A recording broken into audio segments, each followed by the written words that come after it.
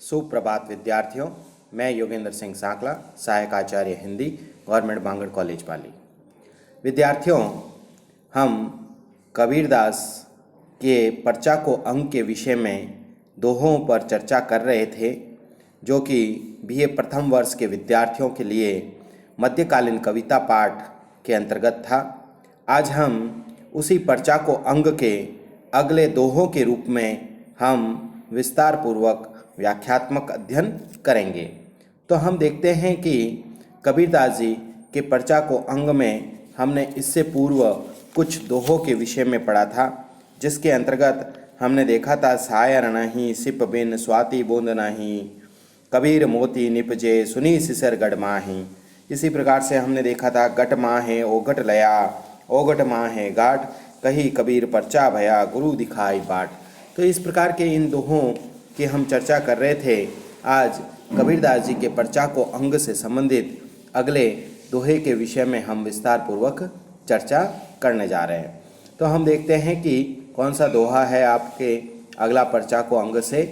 तो उसके अंतर्गत पहला है पानी ही ते हिम भया हिम हवे गया बिलाई, जो कुछ था सोई भया अब कछु कहा न जाए।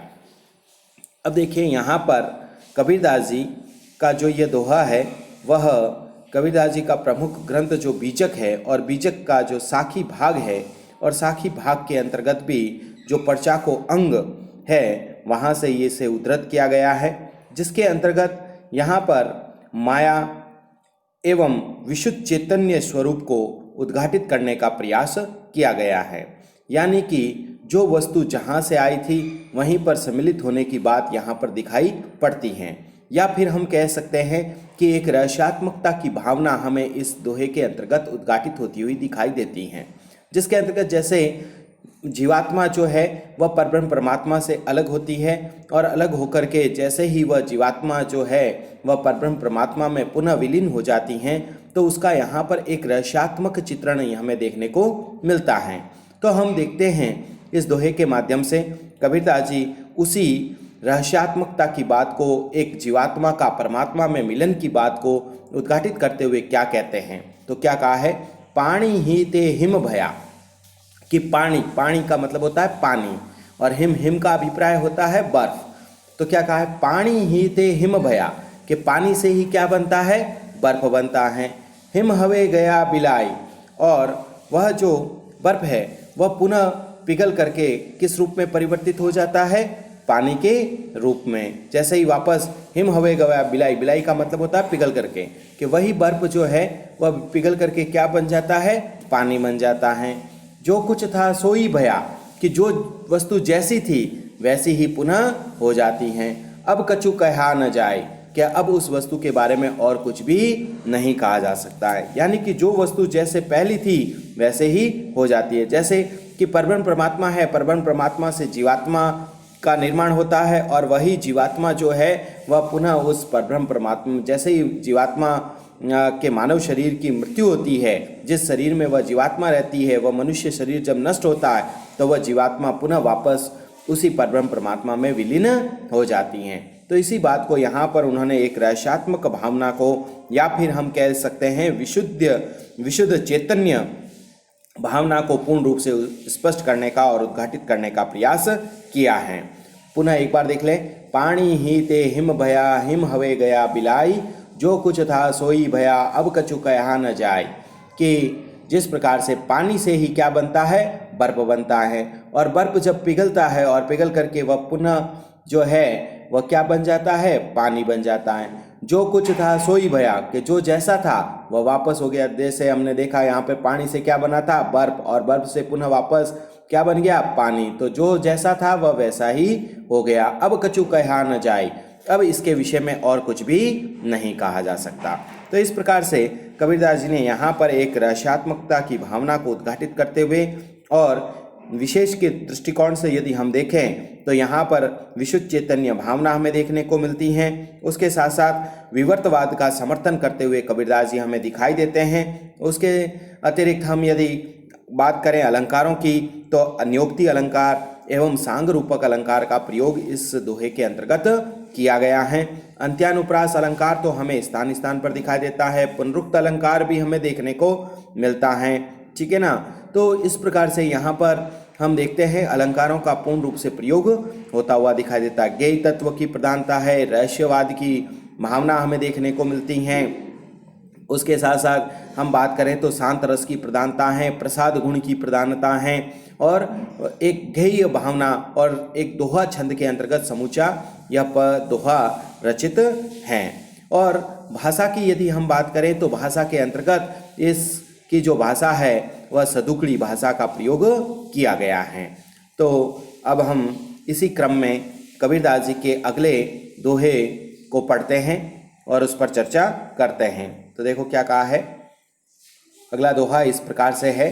सुरति समाणी निरति में अजपा माहे जाप, लेख समाणा अलेख में यूं आपा माहे आप। अब देखिए यहाँ पर भी वही एक कबीरदास जी ने एकेश्वरवाद की भावना को पूर्ण रूप से उद्घाटित करने का या एक सुरति और निरति का जो मनुष्य के अंतर्मन में जो भाव होता है वह भाव पूर्ण रूप से एकता के सूत्र में व्यक्त करने का यहाँ पर प्रयास किया है। तो कबीरदास जी क्या कहते हैं कि साधक की जो चित्तवृत्ति होती है वह बाह्य वृत्ति होती है, यानी कि वह पूर्ण रूप से बाह्य जगत को देखता है, लेकिन उसके अंतर्मन की वह वृत्ति को पूर्ण रूप से वह नहीं पहचान सकता है कि यह जो चित्तवृत्ति है वह किस परब्रह्म के उस परब्रह्म परमात्मा का ही एक अंश है। तो मनुष्य उसी बाह्य चित्तवृत्ति के अंतर्गत निरंतर घूमता रहता है। तो इसी भाव को यहाँ पर उन्होंने अभिव्यक्त करते हुए क्या कहा है। सुरति समाणी निरति में, कि सुरति सुरति यानी स्मृति, स्मृति कह दीजिए या प्रेम कह दीजिए, समाणी समाणी यानी समेत समा जाना, निरति में, निरति का मतलब होता है आत्मा की अनुभूति में। कबीरदास जी कह रहे हैं कि मेरी जो स्मृति है वह तो पूर्ण रूप से उस आत्मा की अनुभूति में समा गई है। अजपा माहे जाप, और बिना जाप के ही मैं अपने अंतर्मन में क्या कर रहा हूँ, उस परब्रह्म परमात्मा का, उस चिदानंद स्वरूप का निरंतर जाप कर रहा हूँ। लेख समाणा अलेख में, कि लेख समाणा यानी कि जो कुछ भी जो वर्णन किया गया है वह पूर्ण रूप से उसी के अंतर्गत समाया हुआ है। कि लेख समाणा अलेख में, कि जो अहम रूप की जो भावना होती है वह पूर्ण रूप से इन सभी वासना से या बाह्य जगत से दूर होकर के, और मैं पूर्ण रूप से उस अलेख, अलेख किसे कहा गया है यहाँ, परब्रह्म परमात्मा में पूर्ण रूप से समा गया। यूं आपा माहे आप, कि इस प्रकार से मैं पूर्ण रूप से अपने आप में ही समाहित हो गया हूँ। यानी कि कहने का अभिप्राय यही है यहाँ पर कि जो मनुष्य जो है वह बाह्य जगत की ओर ध्यान देता है, और बाह्य जगत की ओर ध्यान को जैसे ही वह हटा दे तो बाह्य जगत से ध्यान हटाने पर मनुष्य अपने अंतर्मन में ही उस परब्रह्म परमात्मा को खोज लेता है और उसकी प्राप्ति वह कर सकता है। तो पुनः एक बार देखिए कि सुरति समाणी निरति में अजपा माहे जाप। सुरति, सुरति का मतलब होता है स्मृति या रति, प्रेम, कि मेरा जो प्रेम है वह तो किस में समा गया है, समाणी यानी समा गया है निरति में। निरति का मतलब होता है आत्मा की अनुभूति, यानी उस परब्रह्म परमात्मा में।